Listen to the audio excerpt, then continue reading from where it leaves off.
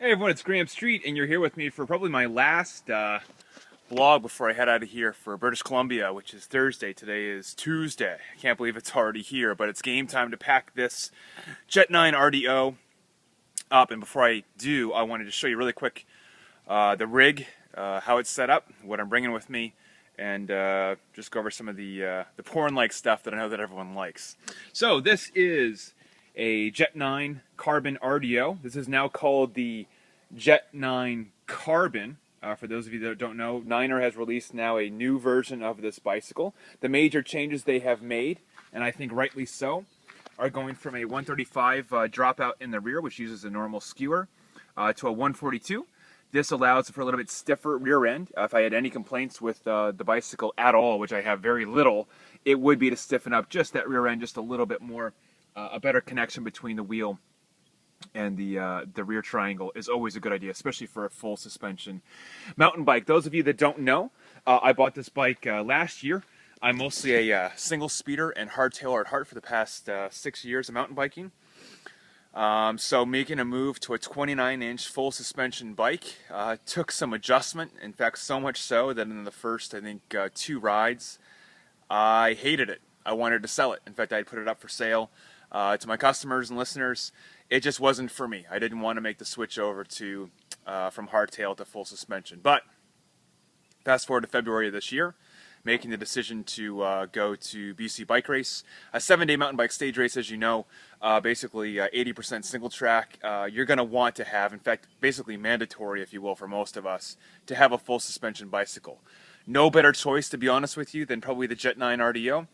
Mostly because it's a short travel, 4-inch, 29-inch mountain bike. What that means is that unlike a full all-mountain rig, this bike handles very similar to, if not better than, any hardtail I've ever been on, and I've been on a whole bunch of them.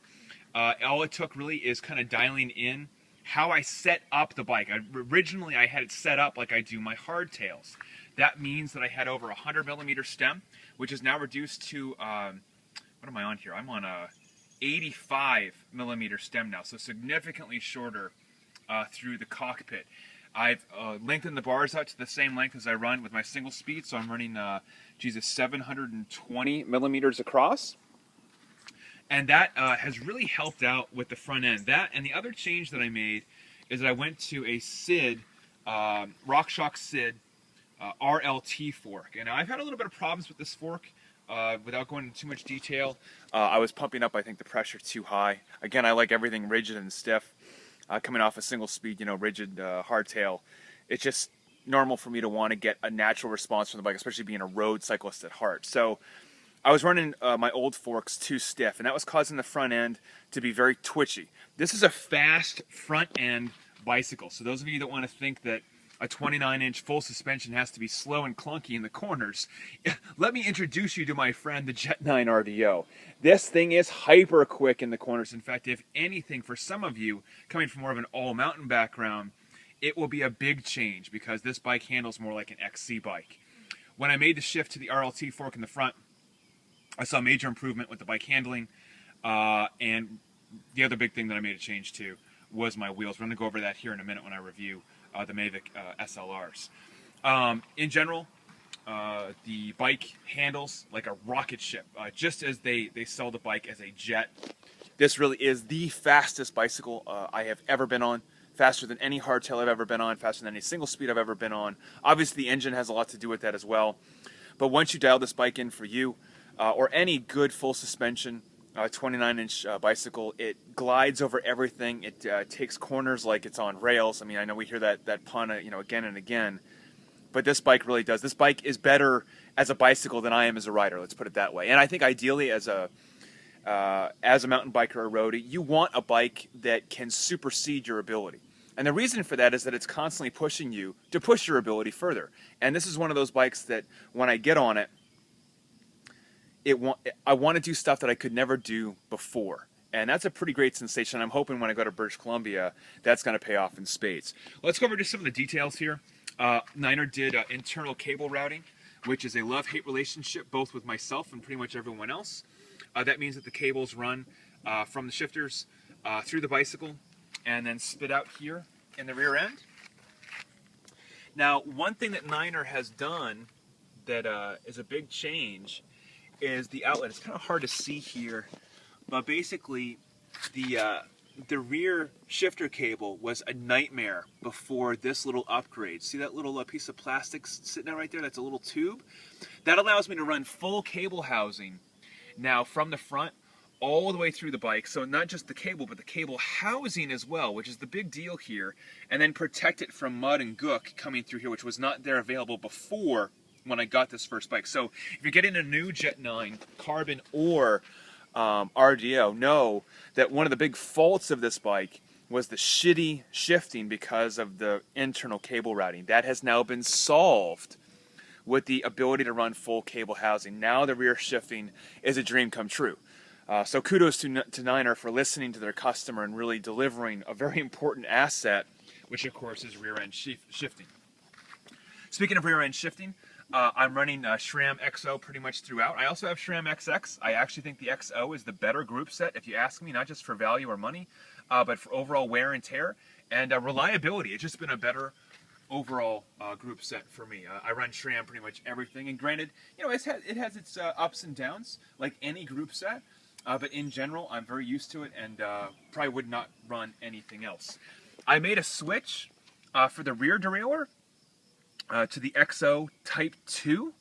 This has the, I forget what they call it, the roller lockout, and it has basically, it's higher tension load than a normal XO or XX derailleur. What's the value of that? Why would you want to do that? Well, with a full suspension, 29-inch mountain bike, when you're in the small ring, in particular, the chain slap, meaning how much that chain is bouncing up and down here when you're going over tough terrain, was crazy. In fact, it was just driving me nuts. I mean, you can see how much wear and tear here from when I didn't have the Type 2 on, how much damage, or just, you know, basic slapping was going on as a result of having the normal derailleur.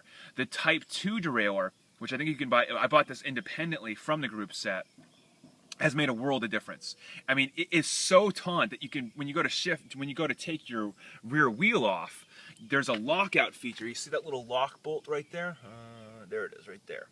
When I go to change my rear wheel or do something to my rear wheel, I can lock this out, because if you just try to move it with your hand, with the swing arm, the tension's so high on the chain here that there's no way you're going to be able to change it out. So really cool feature from SRAM. I think a major improvement. I think, to be honest with you, I think mandatory for anyone with a full suspension 29-inch bike or just someone that does a lot of all mountain. It's a great upgrade, one that I think is worth every penny. Let's talk about the drivetrain real quick. As you know, I'm a partner of Rotor, but even if I wasn't a partner of Rotor, I would still be running Rotor on this bicycle. I'm running the 3D Plus crankset. This is a all aluminum forged crankset.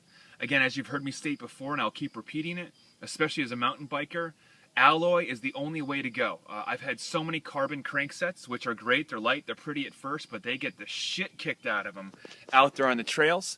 I've had people break them before. I think with a 3D, the aluminum version, although you're going to pay a little bit more for it, you're not going to find a stiffer, more reliable crankset on the market today, especially for mountain bike. With that, I am running the Rotor Q-Rings, the mountain bike version Q-Rings. I know a lot of you have been asking me about that, and just in really basic detail. You can watch some of my other videos about it. Basically, what it helps me do is remove the dead spot right there. You can see how this gets shorter, and as we're more into the power position here, at about 5 o'clock, 4:30 for me, we're more in the elongated position and getting a little bit more power coming through our natural pedal stroke. This is a major game changer, especially for mountain bike, which does have a little bit different pedaling action than road. Again, if you're a road cyclist, consistent power to the drivetrain is more normal, where with a mountain biker, depending on terrain, you're going to have power fluctuating from 1,000 watts down to 0 watts, up to 200 watts, back up to 1,200 watts, like crazy. And your leg speed and tension to the drivetrain and removal of that dead spot becomes even more critical because of technical sections, steep climbs, things of that nature. This is why I think that the Q-Rings are an absolute benefit to any of us as a mountain biker. one of the reasons why you see so many cyclocrossers and now mountain bikers using these is for the exact same reason that I just mentioned. This is a bottom swing, high pull, front derailleur. It's brazed onto the bicycle, which I like. It's much stiffer. It's kind of bolted in there in a very firm way, so the front shifting has been really good on this bicycle. Fox Float RP23, 4-inch travel. I've got the aluminum, obviously, version for the rockers. I think the new RDO has carbon for that. It's just a way that they were able to lighten up the bicycle. I've got an Arundel side load cage. By the way, I think mandatory for this bike is a side load cage. You can see how much damage, how much damage my water bottles have done when I didn't have that. And again, you're gonna get that kind of shit anyway. That's just par for the course with any mountain bike. But the side load cage really allows me to grab that bottle much easier. I only use Arundel. I'm not sponsored by Arundel, and I get nothing for saying that. Arundel grips bottles better than any bottle carrier I've ever had, so they might be a little bit pricier, but they work. And at the end of the day, especially with mountain biking, you want your bottle cage to hold on to the freaking bottle. Because if it doesn't, you don't have your water, and it doesn't matter what kind of bike you're riding, you're going to be having a tough day later. So let's go over really quick the, let's see, you guys are really interested in the dropper post here. This is the RockShox Reverb. I'm not a dropper post guy. This means that this little control here up at the front, when I press it in, okay, and I add some body weight to the rear, and presto, I've just dropped about 4 inches. Now I want you to watch this really quick. Do the best that I can. And up she comes. And I can dictate how fast or how slow with this little valve here in the front, how fast that comes up. That way it doesn't, hit you in your private little jewels. Unexpectedly, you can dictate how fast or slow that comes up. Now, why am I going to a dropper C-post having never ridden one really at all? Well, from what I've heard with BC Bike Race, you're a total idiot. No, seriously, if you don't have one, not just for the extended downhilling, but for the steepness of some of the descents. One of the things that an XC rider sometimes doesn't have to deal with is all mountain terrain. And when we talk about all mountain terrain, we're talking about 20% or higher drops, and sometimes going over rocks doing that. And when you have your seat post set up XC style, meaning riding high, it's great power, it's excellent in the climbs, great for bike handling. The problem is when you get that bike yawed and pitched over, that saddle becomes an absolute death trap, because if it sticks up into your crotch too high, your center of gravity does what? It shifts forward into the front of the bike. Well, if you've ever been on a mountain bike on a 20% drop or more, and that saddle has gotten in your way, what can tend to happen? You flip right over and land on your face. So you want that center of gravity, your center of gravity, to get lower into the bike. The way that you do that is you drop the seat post. This allows me to take my hip girdle and shift it further to the rear of the bike, drop my center of gravity closer towards the center of the frame, and now I'm riding with much more control. Now, I'll be honest with you. I've only done 4 or 5 rides with this. First of all, just really quick for the reverb review, super stiff. If you blindfolded me and say, do you have a dropper post on your bike, I wouldn't even be able to tell you. And I was running a stiff carbon RDO post prior to this, which is very stiff in comparison to what you think would be for a dropper post. I've had 0 issues with reliability. The RockShox, this is a hydraulic line. The hydraulic line runs down along with my brake cable to the rear. Okay, had no problems with that. It took me less than 5 minutes to install this, and I'm pretty much an install idiot. So if I can do it, you can do it. I didn't have to bleed the lines, which again, if you have to, based on the length of the cord, very easy to do. It comes with the kit. I've tried riding it the low style a couple times. I'll be honest with you. I'm gonna get my my game on with this over in British Columbia. Again, I'm an XC rider at heart, so I'm gonna use it, but I don't freaking have a clue really the best way to use it. So I'm gonna have to just learn by trial and error. More importantly, talking with much more experienced cyclists and mountain bikers over there at British Columbia for the BCBR that are much more well versed with something like this. But in general, as you are approaching something like a downhill, all you have to do is just shift your body weight into the saddle, press this little tab key at the front, and presto bango, this drops down. It's just as simple as that. Luckily, I'm able to keep my saddlebag in the rear. I'll talk to you here about my pack here in a second, but in general, it does allow me to drop far enough. Granted, I can probably drop all the way, but let's put it this way. If I'm on a piece of terrain that forces me to get lower than that line right there, I'm off the bike. I won't be riding that, okay? And I don't make any apologies for that. I know what I can do and I know what I can't do. And doing big 5-foot drop-offs ain't my bag, man. And it never will be. Maybe you can relate to that. In any case, I'd say, you know, in general, we're talking about getting maybe up into here for drop. Any further than that, and again, I'll be off and walking the bicycle gladly. Okay? All right, let's talk about wheels. Let me tell you something. When it comes to any bicycle, especially a mountain bike, and in particular a 29-inch full suspension bike, wheels become hypercritical. And let me tell you why. In particular with the 29-inch wheel, which I know is becoming very popular. Basically, it's the same size as a road wheel, okay, on a mountain bike, which typically is going to be a 26-inch, or traditionally a 26-inch, much smaller diameter wheel. As you can imagine, as the wheel gets larger in diameter, the stress load on the outside gets higher, right? And one of the things that you want as a mountain biker is a very stiff, yet vertically compliant wheel. Pretty tough to do, especially in the 29-inch version. The 29-inch wheel allows me to roll over things much easier, so it allows my kind of subpar mountain bike skills to cheat, okay? That's one of the advantages and one of the reasons why 29-inch wheels have become so freaking popular is because of the 29-inch's ability to roll over stuff easier. Here's the problem. A lot of us that are running kind of stock wheels, you know, the $400, $500, $600 range, is that those wheels, in general, not all of them, and again, you can split hairs with me all you want, are not going to be as stiff or as strong as we would like, especially for a stronger, heavier rider like myself.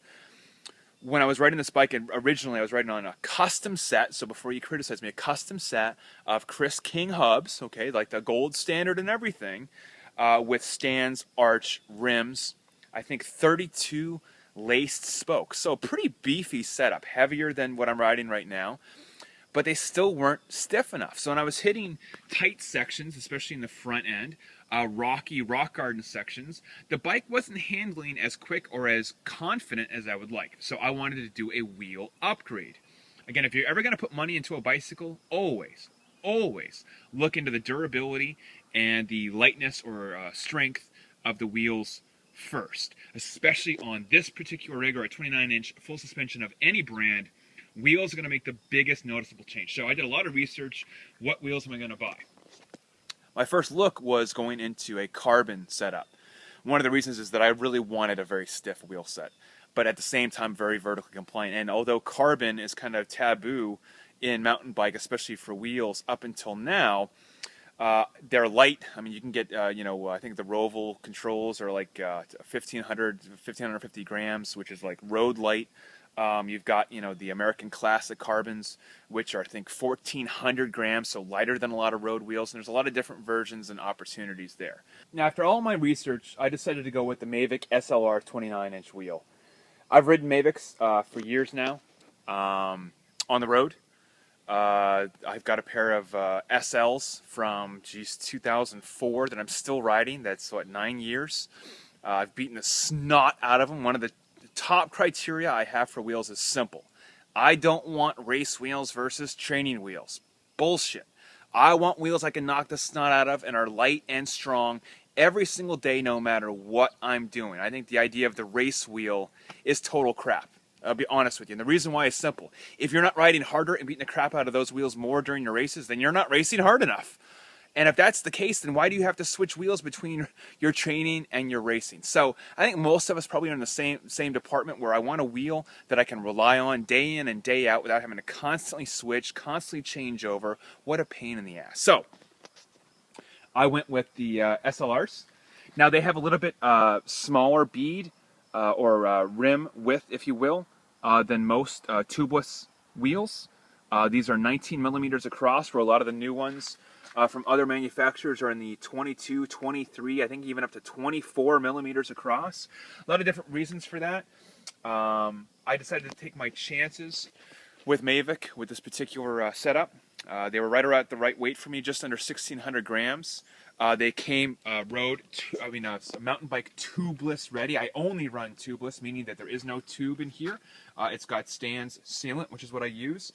The Mavic SLRs come with their own proprietary plug, which is actually, I think, the best plug I've ever seen. Their proprietary setup, hands down to Mavic. They've done a great job. It's very clean, very easy to set up. It comes with adapters for 20mm through axle, 50mm through axle, and your basic 9 or 10mm skewer. Rear end, same thing. It's adjustable from a 135 with the skewer, which is what I'm running, to a 142. And that allows you, again, to have the same wheel by just changing the little plastic cups that come with the kit, with the wheels. It allows you to run it on basically any bicycle. When I put the wheels on and went out for my first ride, the changes were immediate. I mean, the bike changed overnight on how it handles, especially the front end, especially in rock gardens, technical sections. The bike improved by 20% or more overnight. And again, I'm not just kudos to the SLRs, but any really stiff, lighter version. When I think I removed like 250, 300 plus grams on the wheel set total by changing out the wheels from my old stuff to the new ones. And that alone on a 29-inch wheel is great, because the spinning up to acceleration is one of the weaknesses of a 29-inch mountain bike, especially on typically on a full suspension.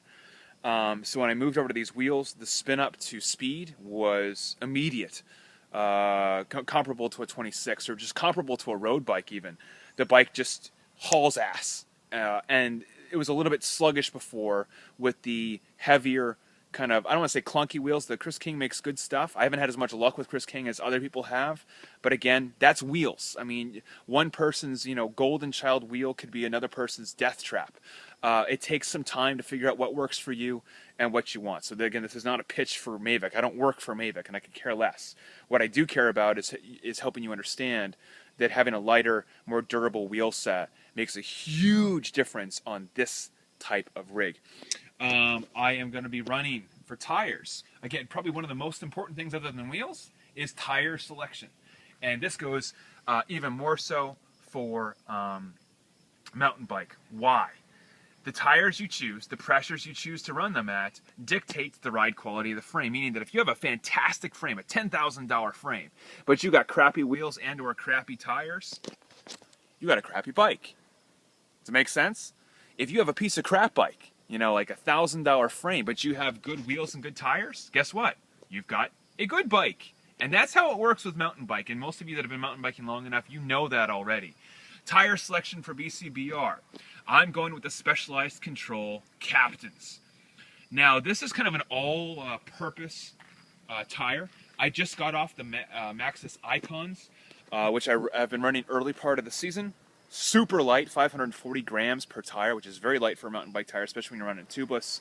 Good overall tire, but the tread is more like a small block. And I think for BCBR, I'd rather be erring on the side of more durability, more mud removal, and a little bit more side pattern tread. And that's really what the Specialized Captain offers. Much deeper tread profile, not so close together that you can't shed the mud. And again, BCBR is famous for some mud, so you want to make sure you take that into account. I don't want to be switching up my tires between stages. One of the big reasons I chose the Captain is the strength of the sidewalls. Very strong sidewall. You want, with a mountain bike tire, absolutely sidewalls they're very important. I can't stress that enough, because if the sidewalls are weak, I don't care how light the tire is. If you get a flat, you're going really slow, okay? And you see most people with like Racing Ralphs or some of these other super light racing tires. They're great in ideal conditions, but for 7 days of abuse over the toughest single track in the world, I'm not going to take my chances. This is more like the Maxxis Ardent. This is a 2.2 in the front, 2.2 across. That allows for a little bit more beef. I run this only about 26 PSI. I can run it down comfortably to about 24 PSI, so that's pretty low in the pressure. That allows for a little bit more cushiony of a ride and a little bit more front end control. Big deal for me. I don't have great handling skills, or at least not yet. Rear, I'm also going to be running the Specialized Captain. Again, just a couple of days ago, I had been running the Maxxis Icon in the rear. Very fast tire, typically bigger tire in the front, smaller tire in the rear. That way you're getting maximum speed and control both through the front and through the rear end. However, my Icon was starting to lose grip on slick rock on my last ride. And I just had enough of that. I wanted a tire that I could rely on to be gripping up as often as I can. Again, if you're a mountain biker, you know how well your rear tire grips up is a very important feature of your tire. If it doesn't grip up well on basically loose terrain, jagged terrain, steep terrain, dry conditions, wet conditions, rocky conditions, loose conditions, you want a tire that can kind of do it all. You want a jack of all trades, especially for a mountain bike stage race to the par of BC Bike Race.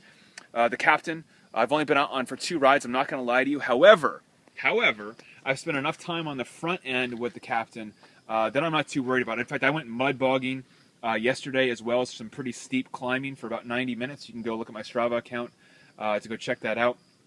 And not only did the tire perform well, it performed better, I think, than any other tire that I've been on. I think at the end of the day, when it comes to tires, you should know within 90 minutes or less if you've got a good tire choice, if you're over decent terrain. If you're just going out riding on the road with your mountain bike, you won't know. But if you're going to go out over a good, varied terrain in 90 minutes or less, you're going to know as an experienced mountain biker whether you got a great tire or you need to swap out your tire. And again, I can't stress enough just how important that is. Last things to wrap up. I know it's a bit of a long video, but it's a lot of stuff to bring with me. Last quick thing. My friend made this for me. This is super simple, and man, has it really helped out. This is a piece of just plastic here, and we basically just tied it to the front of the fork. This is my mud bog flap, and what this does is prevent mud from flipping up into my face. And again, for 7 days of mountain biking, it really helps. And it's what, $1.50 to get that on there. Really cool feature. I love it on my bike. I would never ride without it again. Let's talk about just really quick the pack that I'm going to be running. This is the Fox Low Pro. I'm not a big fan, I know as many of us aren't, of camelback or having something on your back. Ideally, I'd like to be free of anything on my back, but each day we're required at BCBR to carry some mandatory emergency kit gear, a whistle for the grizzly bears. Obviously, my hydration's important. I've only got 1 cage on the bike, so I have to have other hydration than just that 1 bottle. That's not going to cut it, and I'm not going to rely only on aid stations to get that fluid. That's just stupid. So a pack will be mandatory. This is a pretty thin, simple pack, not a lot to it, but I can't tell that I'm wearing it when I have it, and that's the idea. I've actually got another Fox carry-on that I might be bringing with me just in case. It's a little bit bigger, carries a little bit more gear. Ideally, if I can get away with it, I'm going to try to use the smaller pack. My shoes. These are the same shoes I run for my road. These are the Mavic Furies, and I love them. They are, I think, they're definitely the stiffest mountain bike shoe I think money could probably buy. They are hyper stiff. I think they're stiffer than my road version for these shoes. Yes, they're gaudy. Yes, they're bright and gold.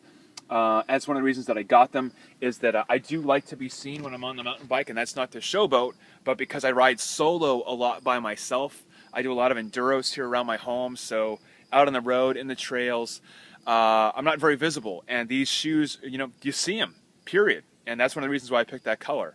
I do kind of like them. I run them with the the Crank Brothers pedals. I usually run the Candies.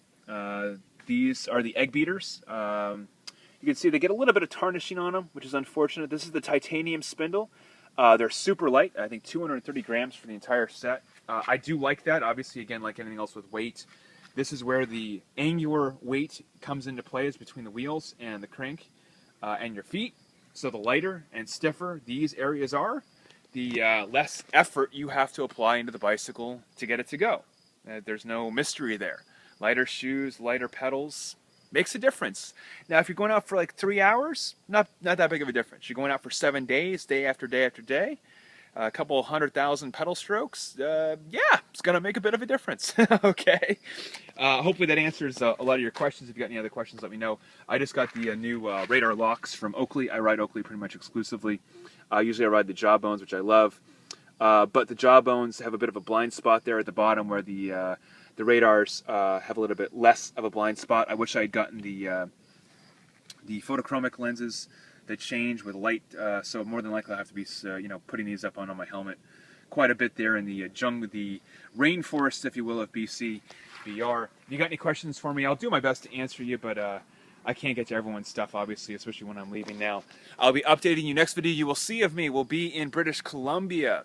Videos will be much shorter there because I want to be able to upload as much stuff.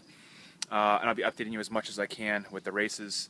I'm down on my weight. My bike's ready to go. I'm actually literally going to be packing it up in the next hour and then bringing it with me on the plane. I'm ready to play.